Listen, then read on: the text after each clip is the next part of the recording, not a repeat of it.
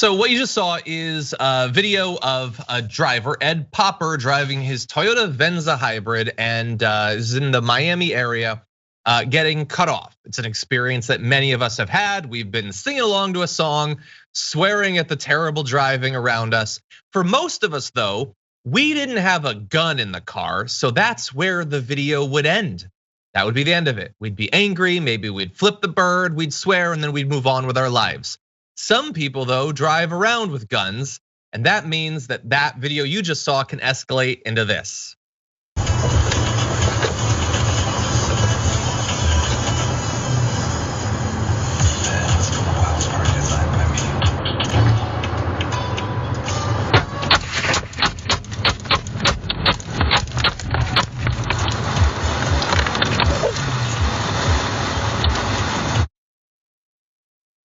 And that is what turned it from a normal instance of road rage to an incident that has left Ed Popper, the man in the video, awaiting trial on 2 felony charges, including aggressive assault with a firearm that could land him in up to 15 years in prison. Because when the guy that cut him off, and then they swore at each other, drove back beside him, he took out his gun and began wildly firing 11 shots through his own window and windshield, potentially killing the man who'd cut him off, potentially killing anyone else who just happened to be in the area, potentially killing him if it turned out he wouldn't be able to see out of his windshield anymore. He apparently didn't think about any of this, not even to the extent that he would roll down his window.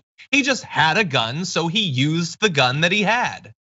And as crazy as all of what you just saw is, all of what happened afterward is almost as weird. So both drivers pulled over after the incident and called 911.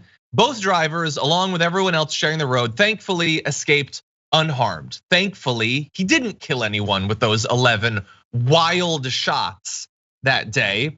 And somehow they pulled over, and I don't know how close they were to each other, but it seems very weird that they would both pull over afterward. And I guess we're just past the shots that I fired. Now, Ed Popper claims that the Camry driver had a weapon and fired at him first. So don't worry, this was self-defense. And you might have heard in the video, there's a bang against the Toyota Venza as the Camry passes. Popper's attorney believes that the sounds prove Popper was shot at first. The Camry driver told police that he had merely thrown a water bottle at Popper's car and that he did not have a firearm with him. But they say, nope, it was a shot. That proves that this was self-defense. There are a few issues with that. One, from the video, it looks like the guy leaned out and threw something at the car, which, by the way, as a small note, don't throw something at someone else's car. It's a terrible idea, whether they have a gun or not. And this is America, so there's a good chance they will. Don't throw anything at their car. 2, they're gonna be able to look at the side of the car, and I have a feeling a water bottle dent and a shot to the side of the Venza are gonna look very different. So his argument that this justifies self-defense, that's a defense that feels like it's gonna fall apart pretty quickly. As well as the fact that in the video, we can see that he pulled out the gun way before the guy drove up beside him and threw the water bottle at his car. This guy was prepping to shoot. Now, maybe if the guy hadn't thrown the bottle, he wouldn't have. But in the footage, it looks like he was prepping to do it as the car began to approach. This looked like it was attempted murder at that point. Oh my God. What is going on? There's been a rise in traffic accidents, including fatalities. People seem to be driving less safely these days. There's more road rage. And look, some of it is unavoidable. Some of it, though, I feel like didn't need to happen. And that's how we transition to this story, where 2 people inside an SUV were discovered naked after a crash between their vehicle and a FedEx truck last Thursday evening. And it's what was going on inside that may have caused the collision, says local10.com. Yeah, no, I think we get that. Well, what was going on? The driver and passenger were apparently driving northbound on North Ocean Boulevard when the driver became distracted by his passenger's performance, if you know what we mean, and crossed the center line, striking the delivery van as it traveled southbound. Yes, they were getting it on while driving.